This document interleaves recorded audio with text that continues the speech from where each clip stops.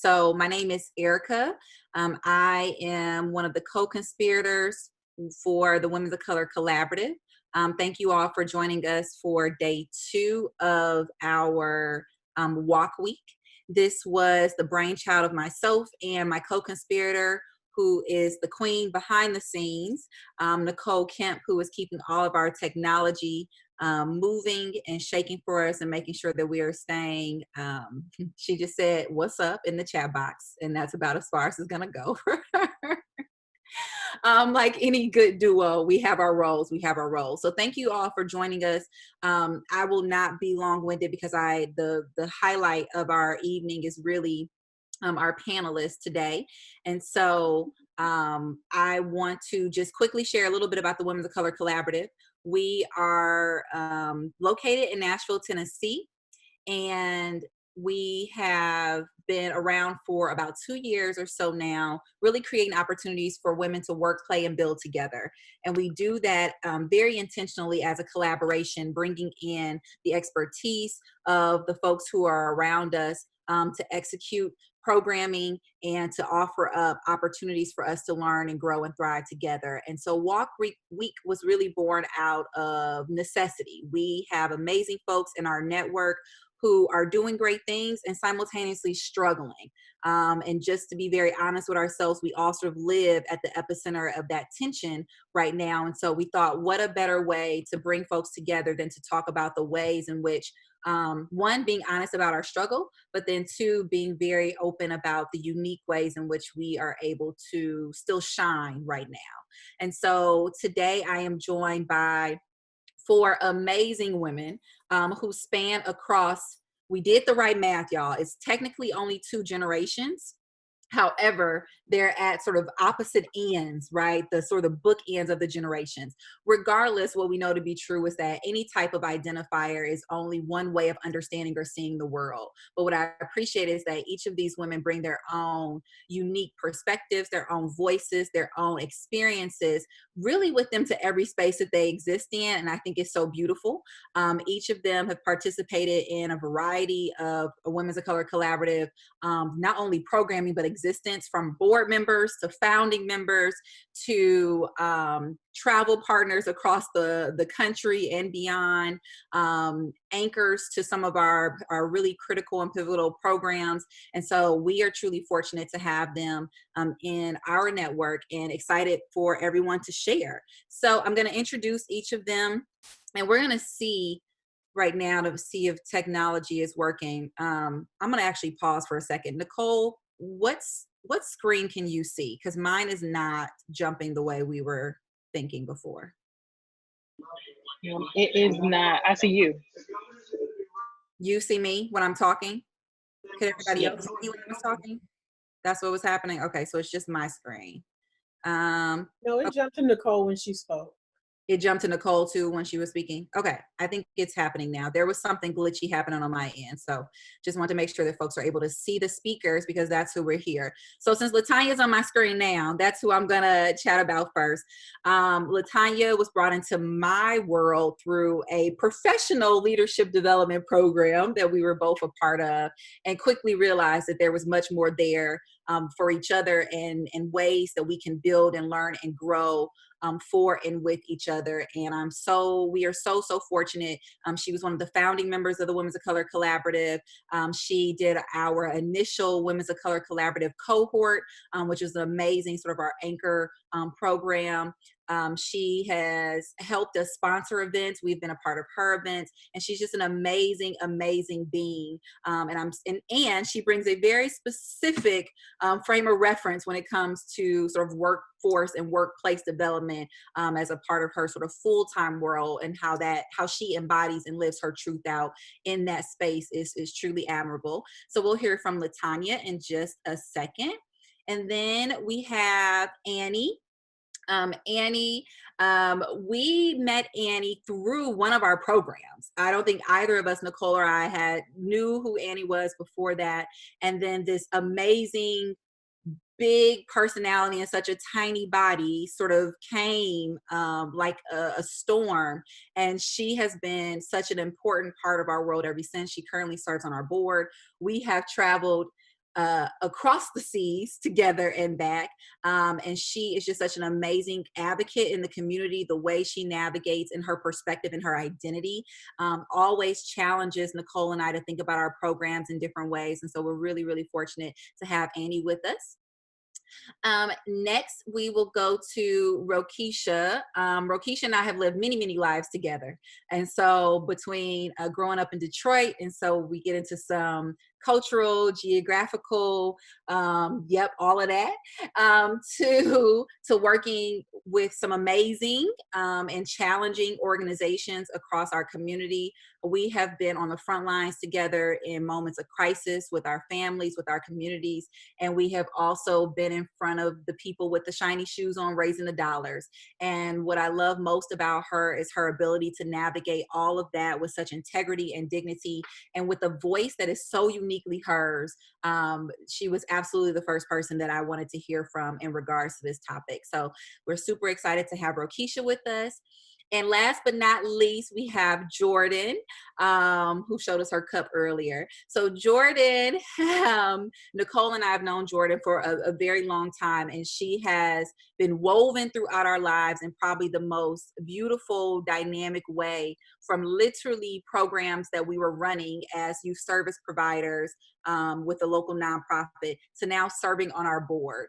And what I appreciate about Jordan is no matter what the challenge, number one, she's going to tell me that it's a challenge for her and be very open about that. But then she's also willing to push through it.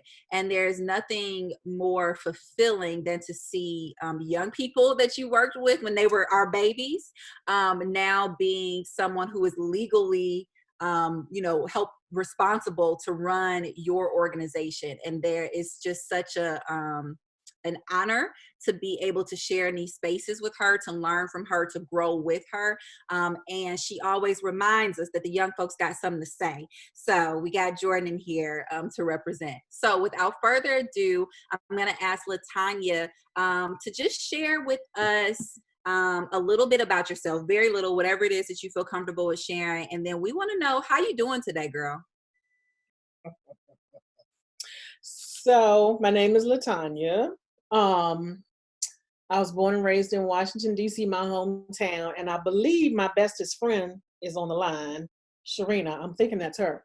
Anyway, she's in D.C. now. I've been living in Nashville for about 5.5 years, and according to my calendar that I wrote on here last week, it says in less than 1 month, I'll be 51.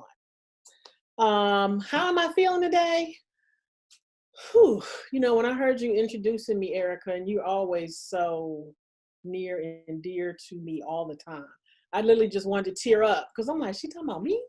Because that's just not how I feel right now. So hearing that just made me go, okay, you're okay. So that's me. That's what we're here for. Thank you, Latanya. Annie, can you tell us a little bit about yourself and how you doing today, girl? I am splendid, actually. And my name is Annie, of course. I was born in Haiti. I moved to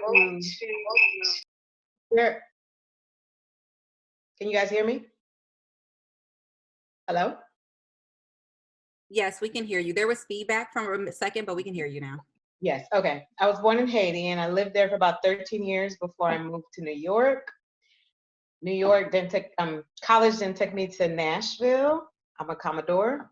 And then my entire professional life, I've kind of been in service to others, which is what I enjoy doing.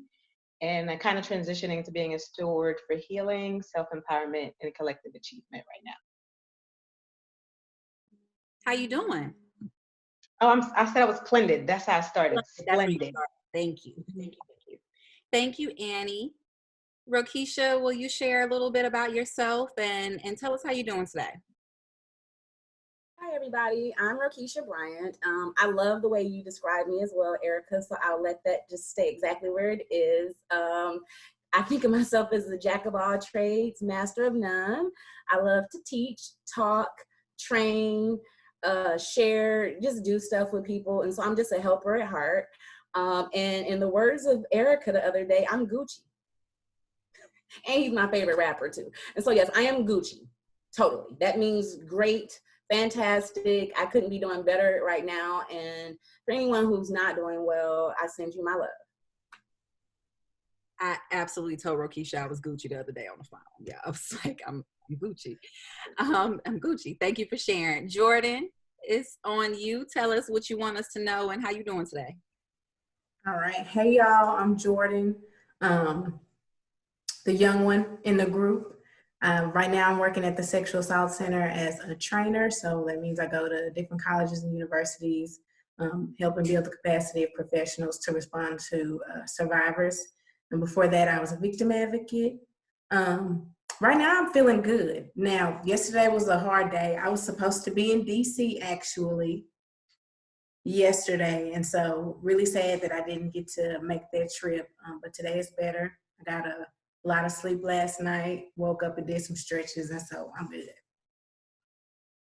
You look good, girl. You look good. Thank you. All right, y'all. So without further ado, I want to jump right in here. My first question is, what's working for you? You know, I think we put out a list of 19 things you can do during COVID. Also, Latanya wants to know, what does Gucci mean? I'm going to pause there and tag Jordan in. Jordan, what does I'm Gucci mean?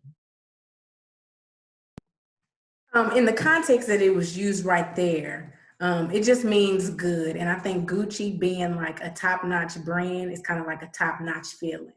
And also, like Rokisha was saying, like Gucci is a great rapper. So if you embody Gucci, you kind of feel like you're the boss.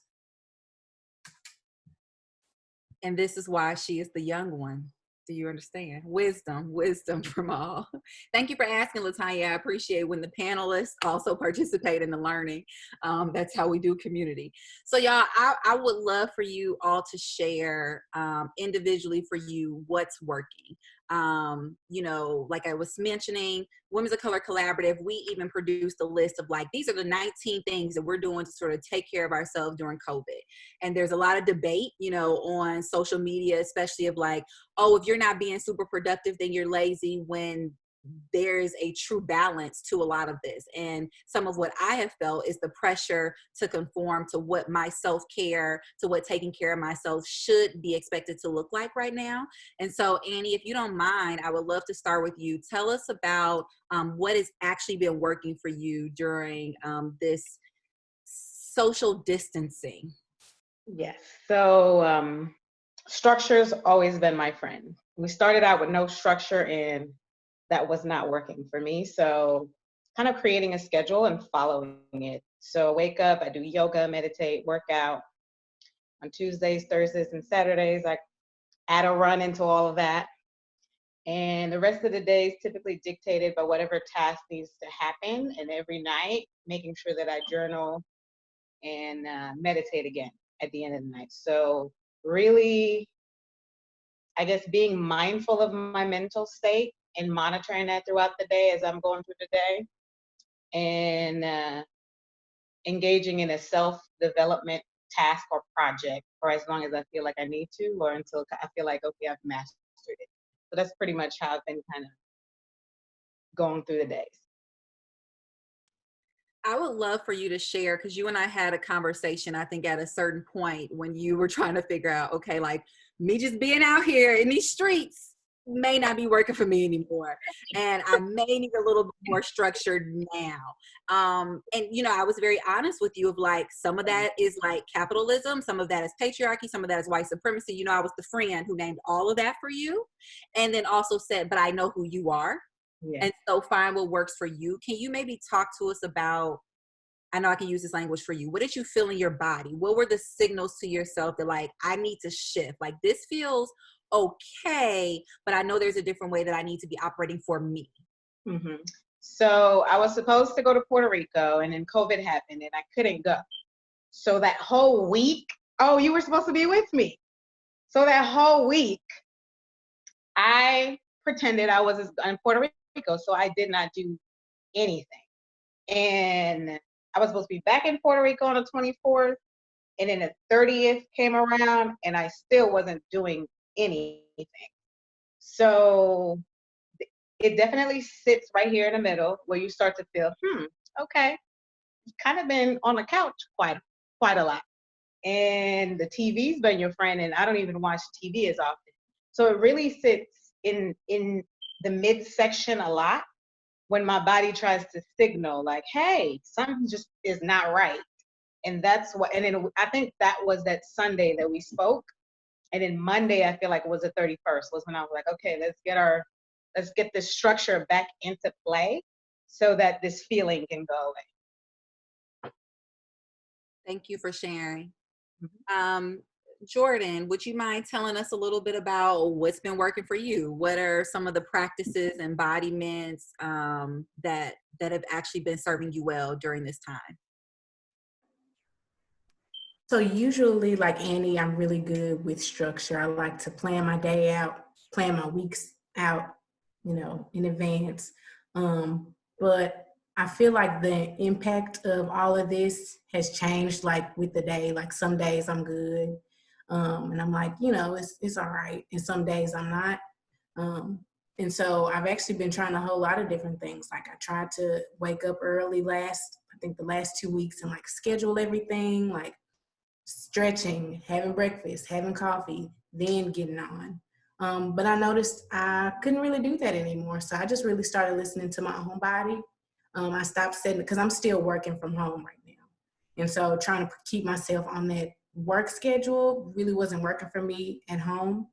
So I just kind of let my body tell me what it needs. So I don't set an alarm to get up anymore. I get up when my body is ready, because I have that flexibility with my job.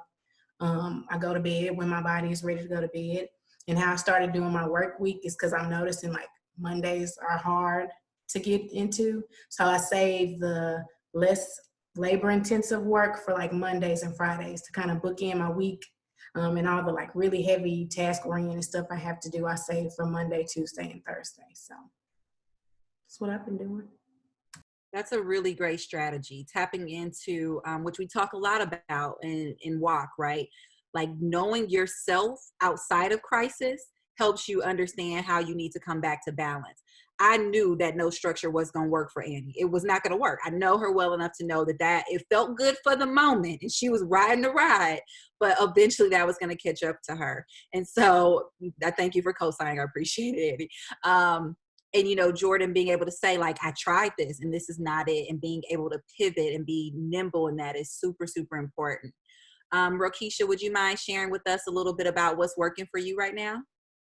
Yeah, so opposite of Annie, I am no structure at all. Similar to Jordan, I can kind of come and go with my job, is very flexible. And so for me, I wanted to jump in and become very structured. And I wanted to do all this professional development stuff. And, there was all of that like day one, day two. And then I started to think about a lot of things people were asking themselves about, like why this was actually happening in the world. And I just like, let me just be. Let me just take a moment and just be. And then I realized I didn't know what just be actually meant. And so that took a couple of days. And so currently what I'm doing is just going with my flow and trying to identify and be able to kind of say what that is. Similar to Jordan, some days are different. And this is probably the way I've been for years. I just hadn't had the opportunity to actually observe myself. And so I'm using this as an incubator of self so I can learn more about myself. And then things that I've been putting off for a while, that's low-hanging fruit. So the book that I said I was going to read that I already had, actually reading that actual book, the artwork, and different things like that. And so that's been helping me. I might be rolling into something else, but I've definitely found my normal and doing the same stuff, talking to my friends, Facebook in the same amount, and just doing my normal creates a lot of homeostasis for me. And I think it's really important at this time. Yeah, thank you. Thank you for that. Latanya, how about you? What's working for you right now? Not a whole lot. For being honest. Erica knows I'm going to be as honest as I can possibly be. Otherwise, I have nothing to say. So I was sitting here listening to you guys, and I was writing down all the things that wasn't working. And I was like, can I find one thing that's working? So The one thing that's working for me right now is tea. I love to drink tea. So I love tea. As a matter of fact, my grandmother drank tea all day, every day. She drank Lipton. I probably got 30 different kinds in the house. So literally to my right is about 4 different loose teas and about 10 different types of teas, and my handy dandy teapot that I just flick a button, and in a minute I have, you know, a full pot of hot water. So honestly, that's the only thing I've been consistently able to do over the last few weeks that has brought me any level of comfort and joy and consistency. Um, um, and actually, I'm a Christian and I have a weird Christian background, but I'm not a Catholic. But in my church, we celebrate Lent. And for Lent, my plan was to get up every day at 6 o'clock and establish some better routines for my day. That was what I was going to do for Lent. I had it all worked out. That's all gone to places that never happened. So, but I think the second thing is, before I go off further on a tangent of what's not working, at least the last 2 Saturdays have been really good for me. In part because, yes, I'm working at home and been working at home for the last 3 weeks, which means with my husband all the time. And he loves to get my attention when I'm in the middle of work, which is not good because my work personality, she has a name. Her name is Becky. I was given that name about, my friend Sharina, who's on the line, knows when I got this name, probably about 7 years ago, by our white boss, because she said at work, when I would get upset, I was the opposite of a stereotypical Black woman. I would get real quiet and real focused and real determined, and what I had to say was done. Whereas our white boss at the time, when she got upset, you got all the stereotypical, all of this. So her nickname was Lily. So, you know, I had to learn years ago not to bring Becky home to my husband because he married Tanya. So I would use the ritual of, when I was in DC, my ritual when I was on the bus was leave Becky at work, bring Tanya home. Now I'm home and I'm working, you know, 12, 13, 14 hours a day during this epidemic because of my job. It's way more stressful than being in the office. And if he just says to me, oh, baby, my back hurts, I don't even hear it because Becky is Becky. Becky doing what Becky do. So it's kind of a struggle, you know, for our marriage in that way. But what has happened over the last 2 Saturdays is either I've fallen asleep in his man cave on the chair, or I'm just tired. And all of a sudden he's like, come on, let's go. Let's go. And I'm like, where are we going? And all we're doing, we've been just driving around. And that has just really just driving around, looking at stuff, exploring neighborhoods we've never seen. We're not getting out the car. We're not shopping. We're just driving around, exploring neighborhoods. And fortunately, the last 2 Saturdays, the weather has been just beautiful. So that's working, you know, in spite of all the other list of things that ain't. So drinking my tea all day, every day. The last couple of Saturdays have worked. And trying to make sure I stay on top of my vitamins, my B12, and my actual prescribed medicines, so that all this stress doesn't, you know, make my health even worse. So that's where I am. Thank you, Latanya. And it was so many wonderful reminders in what you shared. So first and foremost, self-care does not have to be something big and grand, right? Identifying what works for you is not a matter of like, oh, I need to map all the habits I used to have and now all the habits I have now and see where there's a difference. Sometimes self-care is, I took a shower today. Sometimes self-care is, I took my B12 today, right? Sometimes self-care is, I actually put the gallon of water next to me so I can continue to drink my water throughout the day, as opposed to having to go downstairs where I know I'm not going to. And so one of the reasons we wanted to have this conversation is to really normalize centering what you need, even if it is something as simple as keeping the tea bags next to your desk, right? All the way to like, let me actually assess what it is that I'm doing and why I'm doing this. It truly is everything in between. Latanya, before we jump off, one of the things I would love for you to do is consider what are the small ways that those who you consider to be a part of your community can help hold you up. I know at least for a day or two, I was texting you at 7 o'clock in the morning because I knew you were up, because we are usually exchanging emails around 4 a.m. And I said, did you take 20 minutes to yourself today? I know you pray. I know you spend time. I know that your faith is important to you. And hearing that my friend wasn't taking that time for herself, I made it a point just to send a reminder in my phone, right? To at least text you. And so I think one of the ways I get overwhelmed is thinking I have to do something big and grand in order to support, when really it is very, very small, minor ways that we can remind each other to be good to ourselves, right? So I'm going to come back to that before we jump off, but I want to jump into, I'll go to a question that a couple of you said sort of resonated with you while we were talking. So what's been the most concerning narrative or sentiment that you've sort of heard around you, and how are you rejecting that? And so one of the things that the Women's of Color Collaborative seeks to do is to really dismantle the belief systems that we have inherited, right? To really deeply understand the ways in which we have been socialized and name that thing, not to place the blame, but to apply sort of a different understanding to it. And what we know to be true is that happens all around us. So the spirit of fear for me has been one that I have had to continuously sort of protect myself from. It's not something I've allowed in conversations. I have lots of girlfriends who are on the front line, and I pray for them and light candles for them, but I cannot sit on a phone call with you and you outline the details of how this, I just can't. That's not the ways in which I can be supportive. And so I'm curious of what's been coming up for you all that you have had to put a hard line in the sand around protecting yourself from during this time. And I'm going to try to mind us, like if we can stick to about a minute, and whoever would like to respond. Latanya, I actually think this one came up for you, right? Or am I making this up? Mm-hmm. And Annie, okay. So whoever would like to, Annie, did you have something you want to share? Well, for me, it's been like misinformation, just because how dangerous that could be.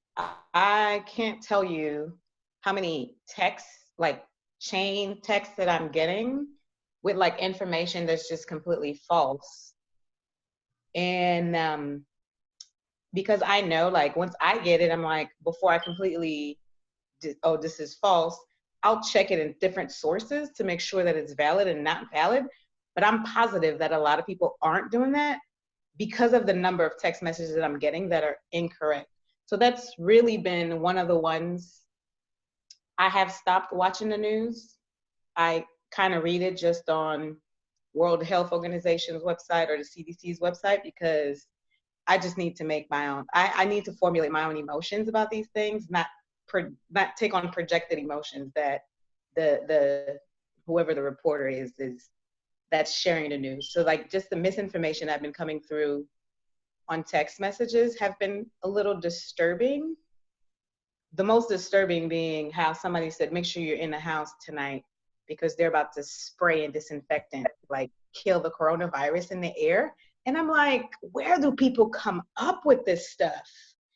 And so it's concerning to me because of how dangerous it could be, or the fact that for a while it was circulating that Black people couldn't get COVID-19. And that's dangerous because if you're out here thinking you can't get it, you're not taking the precautions that you need to take to protect yourself. So misinformation has been like this thing that's repeating because it keeps coming in. That's been most concerning to me like throughout this whole thing. And just so that we're presenting one another with opportunities to combat that, some of your strategies include limiting your news intake, checking the actual information yourself so that you can put yourself at some type of ease, that you know it's not just I'm ignoring it or pushing it out, but it's actually, it's not factual. Yeah.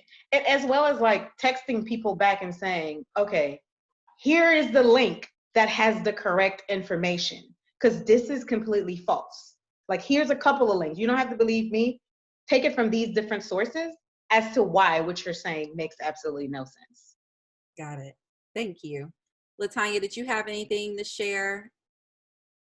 Actually, what Annie said is the one thing that's been hitting me hard too, about how our community is getting hit the hardest, and the misinformation that's going around. And I think when it comes from leadership, I don't know if you guys saw that press conference where y'all's cousin Jerome Adams was talking, the Surgeon General was talking about us in liquor stores and all that crap.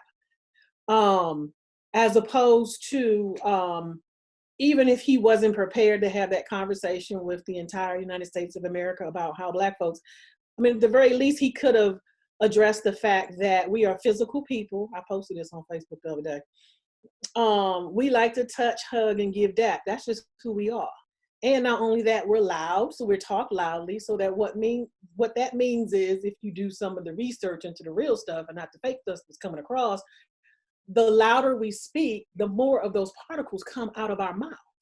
So as Black folks, I know when I get together with my girls, I mean, if all of us were in a room right now, we'd be real loud. And those particles would be going everywhere, you know. And again, we're people, we love to touch, we give dap, you know, we have fun, we laugh. That alone will put us at risk, and brown people too, at risk. That alone, putting aside the health disparities that we have, and putting aside the fact that so many of us are in prison where it's hitting harder. I mean, just that little piece alone, you know, just to share that amongst our families and our cousins. I had a conversation with my brother, who's, all my family's in DC and Maryland still, and my brother, he's 37, and he's gonna say to me just last week, well, you know, only old people are getting killed. No, babe, no. And I got another brother who's currently in jail. I don't know what's gonna happen to him because he has asthma, you know. So just, you know, again, like Annie said, all these myths that are going around, and the reality is not the reality. And I heard a congressman say this the other day, Congressman Cohen out of Memphis. They were doing a town hall and was referencing, as we all know, how Russia purposely, deliberately targeted Black folks with the 2016 election. And in my living room, where all good ideas are born and formed between me and my husband, I said to him a while ago, the myths that are going around in social media about how this virus affects us as a people could also be generated by Russia. And he said the same thing. I was like, I just said it in my living room. You know, so it's I'm not gonna blame our people for the stuff that we believe 100%. I'm not gonna blame us for 100%. I'm gonna recognize that we are being targeted, and that I feel so helpless about, you know, that our people are being targeted. And I'm sorry, I know we're supposed to only take a minute, but I said this on my Facebook page a few weeks ago, that the virus is no respecter of persons, but we are. So pay attention to how we treat people once they get the virus, right? Decisions are being made by you, by me, by elected officials, by medical professionals. This was long before we knew that Black folks was getting it more. Anybody can get the virus, but now that we know who has it, look at what's happening, the response to what's happening to our community. And I don't know, I just feel helpless, and it's sad when we're the victims, and as the victims, we're perpetuating some of the myths that's only going to hurt us even more. So that's white supremacy. So I got you, Rakisha. I'm coming to you. One of the things that Latanya is, as much as you say, like, you feel helpless, because that's white supremacy. Thank you, Nicole. One of the things that I think we are all here to do with each other is to hold the mirror up and say, like, hey, sis, this is actually the ways in which you're doing it. These are actually the ways in which you are dismantling it. These are actually the ways in which you are addressing it. And Latanya, I can say you do it so skillfully, tactfully, and sister girlish still at the same time. You unpack this for us. You unpack these dynamics for people on your social media. You unpack these dynamics with your non-melanated church folks. And so as much as you brought it up because it's a prick for you, but I want you to understand that you are also healing through that process by really voicing those same concerns. And that is a part of our self-care. That is a part of our journey together, is to find that it's never all light or all darkness, right? Like it exists because they actually coexist. And you find a beautiful way, I think, to really help shine light that brings other people into the know, even if you can't fix it. Rokisha, I saw your hand. I didn't have anything to say. Now I do. And so, yes, Latanya, so because of people being so passionate, I feel like we should just sit with our passions right now. And everybody should pick one thing that they want to do after this is over and apply that one thing. Don't do anything right now. Just kind of, let's sit, let's reflect. Let's see our images, right? Let's see what's out there. And then from there, we can come up with some concerted efforts that we're going to do after. But the things I can't wait till it's over. I hate hearing that. You know, I mean, obviously, no, everyone can't wait till it's over, but I don't see anyone growing as a result. You know, and so like Annie said, whether someone sends you an email that you know is fake, you can send a link back that kind of corrects them, as opposed to just saying, oh, that's fake. Like, we just got to step it up in some kind of way. And so I am really trying to evaluate myself, and so that I can at least pick one thing that I'm going to do different, so that if we're ever in this situation again, as our president keeps letting us know, it's going to happen again and be worse. I want to make sure that I'm better positioned next time. And so that starts with me. And, you know, you can't just be so happy to wait till it's over with in order for, you're not going to learn anything. And so I want to make sure that I have a learning, and I hope that for everyone else. Yeah, that learning not only about the external, but learning about the internal. It's all about how I committed to myself this year to be a student of my own body.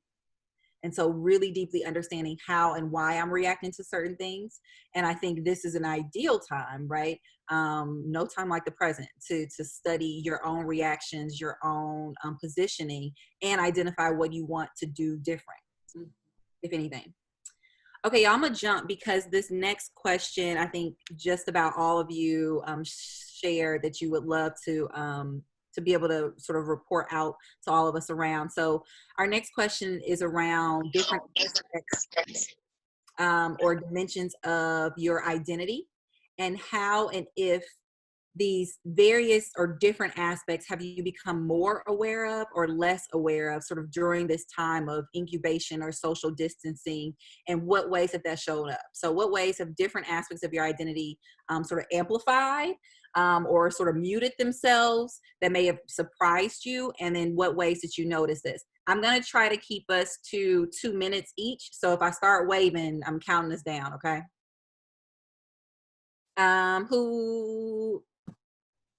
Jordan? Thank you, Jordan. Yeah. So for me, I'm an extrovert, y'all. I love being on the go. And I just noticed more and more during this time that I don't know how to rest. I really don't. Like, even being at home, I'm not gonna lie. At first, when they told us to stay home, I did the Black people quarantine, which was go to my friends' houses. So I've since relaxed and actually have stayed at home. But I just noticed I fill my time up with other people. I've had so many FaceTimes and group FaceTimes, and it's like I don't know how to just sit and reflect. I'm not good at reflection sometimes because I'm always worried about what's coming up next. What do I have to do? And so I actually did start journaling just to see what it's like and see if that's for me. It's not something I can do every day, but it was a good practice to start, just to start thinking introspectively more often. And I've spent a ton of time outside. Like, anybody asked me before this, I was like, oh, I don't like outside. I don't do nature unless I'm at camp or something. But I've spent so much time outside, just like sitting on the patio, working out in my driveway, just anything to like break up the fluorescent lighting in the four walls of my house. And so those things have been major for me. And I have 3 themes for all of this that I've been thinking on the past few weeks, which are reflection, gratitude, and optimism. And so, thank you, Melissa, thank you. Just kind of reflecting on what I'm grateful for. Like, I'm complaining about having to work at home, but some people are not even having jobs. So just being grateful just for the small things, grateful that I'm not, that I'm in a home where I'm safe, and I'm secure and I have the things I need in the home. And then just kind of like what Rokisha was saying, to that, I can't wait for this to be over, but like that gives me that optimism, kind of keeps me going. Like, you know, this is not going to last forever. There's a light at the end of the tunnel, which I've been relying heavily on. And I've been, the memes of like, ooh, the first brunch about to be lit. I'm not going to be late to nothing. I'm not even going to ask who there. I'm just going to come. And so like all of that is like, yeah, it's giving us some time to really appreciate all the stuff that we took for granted. Like we always go to brunch, but now we can't go to brunch. And it's like, wow, that was a really special time. So I'm just, those three things have been big for me, those themes. Thank you, Jordan.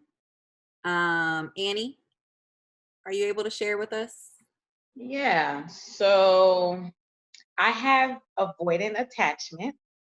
What that means is I like to be by myself and avoid the work that's relationships take sometimes. And this time, it really could be easy for me to sit at home with myself and not connect with people. But I'm at this point in my consciousness journey, I've also come to realize while I accept myself for who I am, not all the things that are me serve me. So I have done a really good job at, if I spend 2 days with myself and no connection whatsoever, to like, okay, for the next 5 days, you're going to commit to connecting with somebody for at least 15 minutes. So that's been I even find myself hosting and organizing virtual parties. So I think this is really kind of showing growth, which I'm grateful for, because I could definitely sit in my house by myself wherever and be content. But I'm also realizing all of the rewarding ways the people I know and love contribute to this consciousness journey I'm on and help me to continue growing as well. So I will say, like, this incubation period is definitely that avoidant attachment. It's shown me how, yes, naturally that's who I am, but now I seek out connections with other people because I can see how valuable, like the love that you guys have for me genuinely wakes me up some mornings. So I'm learning to see the beauty and the strength in it and welcome it. Annie, I think we're the same person in that regard. Absolutely. I'm just going to co-sign everything you just said. Rokisha, would you like to share with us? Yes, I was hoping Latanya went first because I'm like, she mentioned a little bit about her husband, but my identity as a wife is showing up big time. And so, and a daughter. And so I live with my dad and my husband. And so, we were all working from home for a minute there. And now it's just my husband and I. And so, yeah, definitely noticing a lot about what I normally do and just watching my patterns with him, seeing all of our patterns that are healthy and noticing our unhealthy patterns. And so again, I'm just very much in my womanhood right now. Like you were mentioning earlier about patriarchy and all those different things, I'm very aware of it. The things I have to call my mom and talk to her. And so just the burden of taking care of people, right? Which is also the blessing. And so just trying to find that balance, checking on my friends. And then I realized, like, no, I like my friends. I'm not just checking on them. I talk to my friends all the time, even if this wasn't happening. So I don't need a prompt to check on my friends, you know? And so these are things that I normally do. I think that just sometimes I take them for granted about the level of reciprocity I get when I give, you know? And so that's been huge for me. Like I said, just being grateful. I had something else written down that I cannot remember what I was gonna say. Oh, I'm watching some good TV shows. And so I have actually used this opportunity to watch TV shows that are all about women's empowerment. And even if it's not empowering, I can kind of go through it and find out, okay, I see you, sister. I know you're going through a struggle, but hang in there. And so that's been something that I feel like has shown up for me a lot more than normal. Just my femininity, my womanhood, the struggle of womanhood. The movies are unorthodox on Netflix. She went through a lot. Then Frankie and Grace, both of their husbands left them for each other, right? They went through a lot. They have 6 seasons and they're older women. So I can definitely appreciate the intergenerational piece there. And what was the other one? Queen of the South. She was a boss, right? And so like taking all of those different archetypes of different type of women and just thinking about how I want to present myself once this is over. And so I look forward to it being over, but I want to make sure I incubate myself in a way where I come out renewed. And, you know, Eric and I were talking about the caterpillar. And so I've just been doing all the different things I can to try to think of myself as a caterpillar that's in a cocoon. And when I come out, I'm going to be a butterfly. I'm going to plug this book. I know. And so I read this book and it's amazing. Erica, put it in the comments for me or something. Thank you. I'm sorry, Nicole. They work for me, right? Yeah, please. Thank you. But again, it's a different sort of book for everyone except those who have completely given up. And so, hey, it's a weird, funky little book. But I'm enjoying just tapping into some aspects of myself that I don't think about as often. And that's just being a woman and all that comes with it. So I love so many things about that, but what it's been reminding me, and Rokisha continues to even remind me in our conversations, and so does my therapist, who I pay really good money to, that we were all born with that ability to like tap into ourselves, right? Like one of the reasons I love all the little people in my life is because a 3-year-old girl knows exactly what she wants. She's not taking no for an answer. She is committed to that cause. And it's funny because a lot of the books that I'm reading, a lot of the books that, you know, some of my friends are reading, the things that we're returning back to are things that we remember from childhood, right? Or that the like little girl inside of us really desire, that we know that are deeply, deeply embedded in who we are, and being able to reconnect to those basic truths will absolutely make the truth, the feminine in us rise, right? Because that was her at her essence. And now we're giving her a voice with a wisdom now. So thank you for sharing. Latanya, what you got for us? So I want to make sure I understand the question. This was the one about what aspects of our identity are showing up more. Mm-hmm. I feel like I'm the Debbie Downer on this, but for me is anxiety. I was diagnosed years ago with general anxiety disorder, which made a whole lot of sense for the things I used to do as a kid. I've been doing pretty well, you know, with some of the methods, the deep breathing and, you know, constantly checking in with myself, but not over the last few weeks, because, I mean, it's not simply that, at least for me personally, it's not simply that I'm stuck in the house, which is fine because I really am an introvert. That's fine with me. It's just that my work stress has gone exponentially higher for me and my colleagues. So just going back to what I was saying earlier, you know, my poor husband is having to see that me and old Becky all the time and not Tanya. And, you know, I can't just turn it off in an instant because I'm in the same room with him on my work laptop.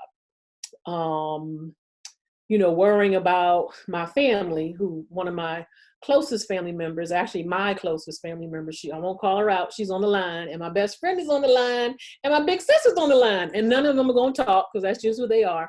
But, you know, I'm not always the best at reaching out to them to see how they're doing. They're always reaching out to check on me, you know. So because I'm working so many hours, I'm like not reaching out as much, and I feel anxious about that. So I just got a lot of anxiety going on right now. So it's a challenge to turn off, because not only am I working 14-hour days, I'm working them at home. So today, one of the things I realized was this space that you guys see right here, this is my office at home. And this has always been my happy place, but it was never meant to be a teleworking office. Okay, it was never meant for me to bring my work that I do here in this my little sanctuary here. So I had to realize today that, you know what, I'm going to work from home in the living room, because when I enter in this space today, I wanted it to be for Erica, so I can bring Tanya. So I'm now having to figure out ways. One, how do I pivot quickly so my husband gets Tanya because he sees me in the house? You know, how do I make sure I call my baby Bianca? How do I make sure, you know, I check on my bestest friend who's always checking on me? How do I make sure I return the phone calls of my big sis, who's always checking on me and I never answer because I don't want her to know how bad I really feel. So sorry for being the Debbie Downers in this, y'all. You're not the Debbie Downer, Latanya. You are bringing voice to what is true. I mean, all of us live in a space of balancing. You know, we were just talking about light and dark. Like, it is no absolute in this. And again, I'm going to be the mirror back to you and say, and you're finding strategies. Last time we talked, you were working from this room. You are no longer working from this room. You figured out for yourself that something needs to happen different. And I think the one thing I want to remind all of us that came out through your talking is that we have an opportunity to see an old issue through a new lens, right? So you start talking about anxiety. If anybody was on the call with us yesterday, Natasha talked us through different foods that we can eat, different herbs that we can take that help with anxiety. We may not have had anxiety before, and maybe it looks very different now. I even shared with folks that I've had to change my physical diet, like the actual food that I'm eating, because something that I was eating was actually triggering my anxiety. And so although this is the same food I've been eating, I'm having a different response to it right now. And we shouldn't have shame or guilt or judgment around that. We just have to find a way to pivot. You've already found these small ways to pivot based on what you need. And I think part of self-care is giving ourselves permission to do things different. Even if it worked before, it may not work now, right? And so we have to give ourselves permission.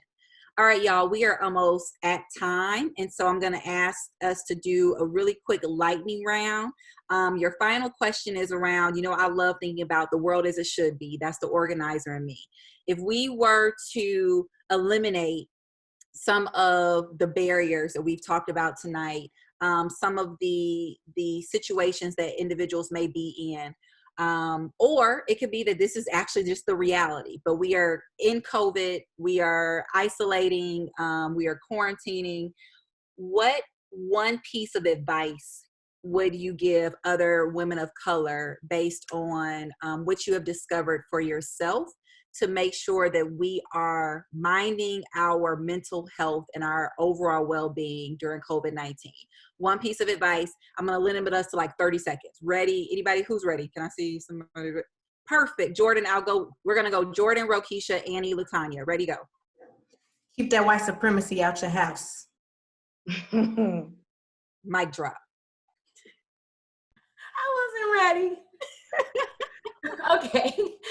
Oh, snap. Mine was don't waste a good crisis, right? And that's what all the people on TV are saying. And so don't waste a good crisis. Reset, reflect, rejuvenate, release, all of those words that begin with re.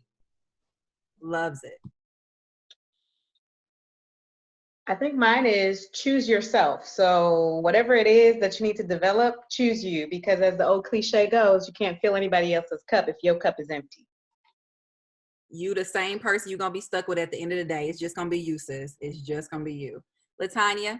Mine is deep breathing, taking those opportunities to just do some real deep breathing, no matter what's going on. I'm going to do some deep breathing right now. So, yeah. We always have our breath. We always have our breath. It is the one thing that is truly ours that we can always return to. That you taught me that. You taught me that. Yes. Yes. I be trying. All right. Thank you all. I'm going to have Nicole put up our final slide so that you can see the information for our amazing panelists. Please give them a virtual round of applause. Thank you for your time, for your talent, for your energy, for blessing us with your spirit and your wisdom, and for being vulnerable with us tonight. We really, really, really deeply appreciate hearing from all of the voices that we're able to share tonight. Follow us, workplaybuild.org, workplaybuild, and all the things. You can see all of our presenters' handles and cash apps. If you want to bless, sow into the wisdom that was able to pour into you tonight, feel free. And we hope to see you soon. We'll leave the screen up for just a little while longer so folks can grab the information. Join us tomorrow. We're going to move our bodies, y'all. with Jasmine Dominique. She's going to be guiding us through some dance and some meditation. So we are getting our self-care in all the ways we know how. It's been a lovely evening. Thank you all for joining us, and can't wait to see you online soon. Peace.